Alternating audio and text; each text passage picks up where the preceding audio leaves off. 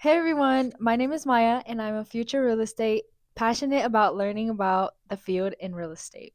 Today we're using my interview style called Keys to the Blueprint, where I uncover mindset, strategy, and stories behind a successful real estate career. Today I'm here with Destiny.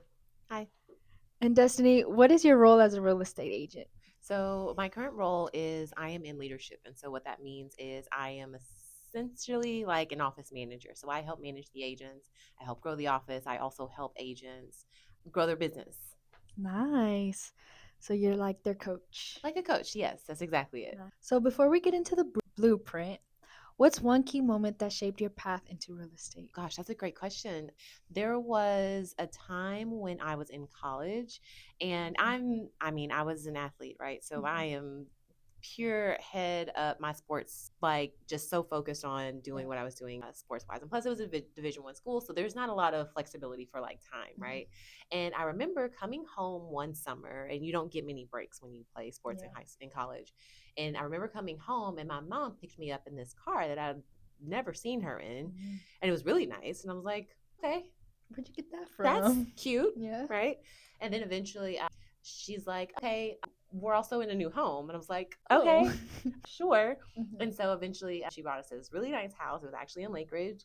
And Mhm. she explained to me that this was all done through real estate. And she had Mm. her and my dad had been doing some real estate investing that afforded them a lot of opportunity. So I don't remember how many properties Wow. they had by that Mhm. time, but they had been quietly acquiring quite a few properties just in that like last like 2 years. I'm bumped out with the And surprise. bumped out with a surprise, right? It's pretty Wow. cool. So, as your role in the leadership, what does a typical day look like for you? That's a great question. So typically in the mornings, I'm usually on Zooms meeting with agents at our office specifically. We start every single morning with a mindset huddle. And so Mhm. we're all on Zoom. We're getting motivated. Typically, I'll have a guest speaker on. From there, like I said, I'll start my day with more Zooms. And then I'm also making calls to other agents. So I'm checking in to see if they're interested in joining our office. I'm also checking in on agents in our office to see if they need something and just kind of adding support. And Mhm. then usually the afternoon I spend going on appointments. So if Nice. just like in my real estate practice, I usually spend my morning what we call lead generating. And then in the afternoon, I spend it going on appointments. Yeah, Nice. Pretty busy day. busy for sure. So, what systems or tools are structural for your support of your business? Like the things you that can't live without. Sure. So there are a lot of platforms, technology platforms that we Mhm. can lean into. One of the things that I always just suggest to agents when they are running their business is to have some sort of like intro campaign, like an intro email Mm, series yeah. or workflow. This way you can kind of stay in front of your audience without you having to do as much work. Yeah. And so I essentially do the same thing with attracting agents to the office. So I have like a flow that I invite agents to. And this just kind of gives us a chance to kind of show off our office and provide value, show off the things that we have going on. And then so whatever email system I'm using, I love Flowdesk is like my jam, Mhm. which if you are into systems that way, I love Flowdesk. So I use Flowdesk a lot. And then we also have a lot of platforms within our Keller Williams system. But Mhm. then outside of that, girl, I think we're all using ChatGPT more than what we should. So I'm using ChatGPT a lot. And then I'm also using a couple of other platforms. So I'll use Mhm. Perplexity if I need some data like really crunched. Mhm. I'll use Claude if I need more human touch to my AI response, if that makes sense. Little Yeah, humanizer. yeah, yeah, yeah. Okay. What's one daily habit you think builds success? That is my jam. So every single morning, without question, I was actually just explaining this to one of the agents I'm coaching Mhm. that my morning routine is a non-negotiable. I used to like fight about waking up anytime before 5 o'clock. Like if Mhm. I had to wake up at 4:59, I'm angry. You're like, 5 o'clock, I'm good, right? It's literally yeah. just a 1 minute difference. But just as I've gotten better at my morning routine over time, Mhm. like I'm waking up 30 minutes before my alarm clock that goes off at 5. And so I'm Mm. waking up, and the first thing that I do is I go over my goals and affirmations.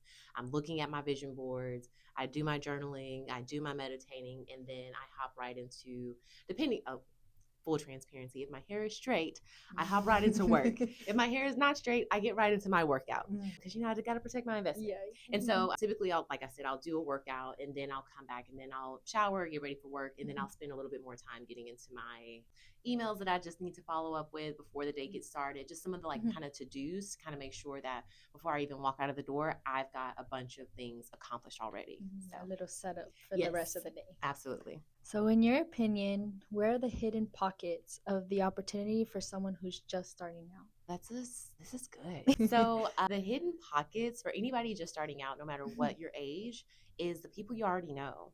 But not just knowing them and having a relationship with them, putting their information on paper, collecting their data, name, number, email, phone number, physical address, and just having it in a spreadsheet, right? And so whatever system you decide to lean into, whether that's a follow-up boss, a flow desk, or command, or whatever platform people end up using, you have a bunch of people that you can start systematically communicating with.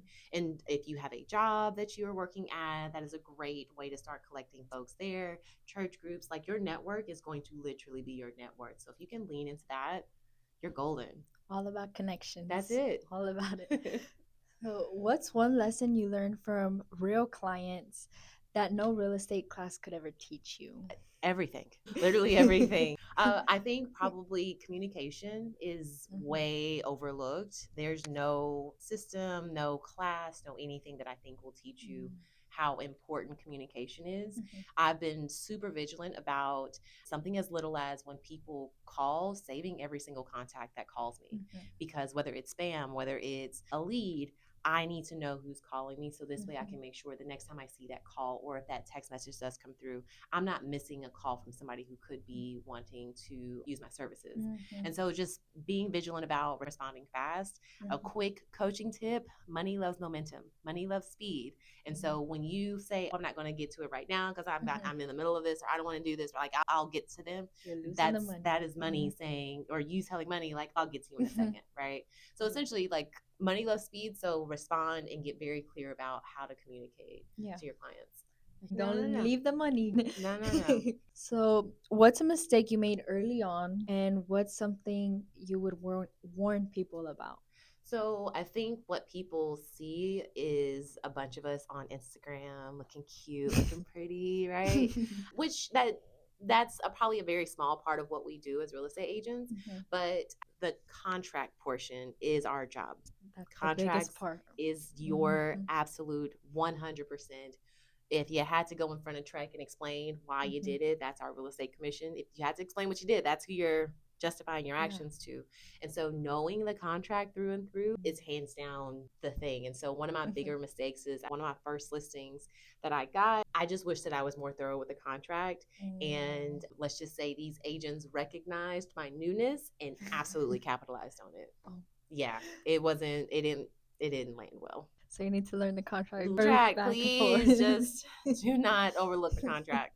Okay, what's one piece of advice that you would give a new agent? A new piece of advice that I would give a new agent, probably similar to what I said before, is just lean into the people that you already know. There's a good chance that you're going to do a deal with someone that you know first. Why not make mistakes with somebody that loves you enough to forgive you, right? Yeah. So just starting there is usually going to be a great place to start, but also don't overlook it. I know that sometimes people are like, oh, I don't talk to, or I don't know anybody. That's fine. Here's an opportunity to go build relationships. So if you don't know them very well, actually, I remember getting more money from referrals the first quarter of my third year in real estate than I did in my closings, because I spent so much time just working on building relationships. And 3 of those referral checks were from cousins from other states. I just sent them a message on Facebook and was like, hey, I just had the same message, and I copy paste send, and they were like, yeah, actually I'm in the market for a house. Do you know an agent out this way? Of course I know an agent out this way. Wow. Googling agents in their area, right? And so that's where I was able to capitalize on referrals by just making a connection, right? But this is, again, people that I literally I had a relationship with. I just didn't know them like that to be able to. You weren't really close. Yeah. Exactly. Oh my gosh, yes. Okay, a little bit more personal question. Okay, but I'm ready. If 18-year-old Destiny were sitting right next to you right now, oh my gosh, what would you tell her? So at my ripe age, I don't think that what I would tell my 18-year-old self changes. because I remember being 18 thinking I have to figure out more of life. Like I don't have it Yeah. figured out. I need to have it figured out. And just say, girl, you'll be okay. Trust the process. You will be okay. Like it's going to look messy. Quarter life crisis is real. Once you hit 25, you're going to be sitting outside somebody's coffee shop contemplating literally everything, crashing out hard. And then it's going to happen again when you turn 30. It's going to happen again when you turn 40. I can't speak to some of the older ages, but like I'm sure there are going to be times in your life that you're going to reevaluate everything. For sure. And it's going to look different every time. Just always lean into your gut and trust yourself. Like your intuition is going to tell you way more than any piece of advice that anyone can tell you. I promise. The definition of trust the process, Yes, guys. Absolutely. Okay. What should I be doing right now before I'm licensed, as a newbie, basically? Yeah. What should I be doing? First of all, let me be very clear. I am so proud of this girl. Like she's doing something that I think just more people should be doing. And I hope that this is like a start of something big, which I believe is going to be something big. I think that you're doing exactly what you should be doing. So you're putting yourself out there. You're doing things that I know I sometimes can't even get our agents to do, right?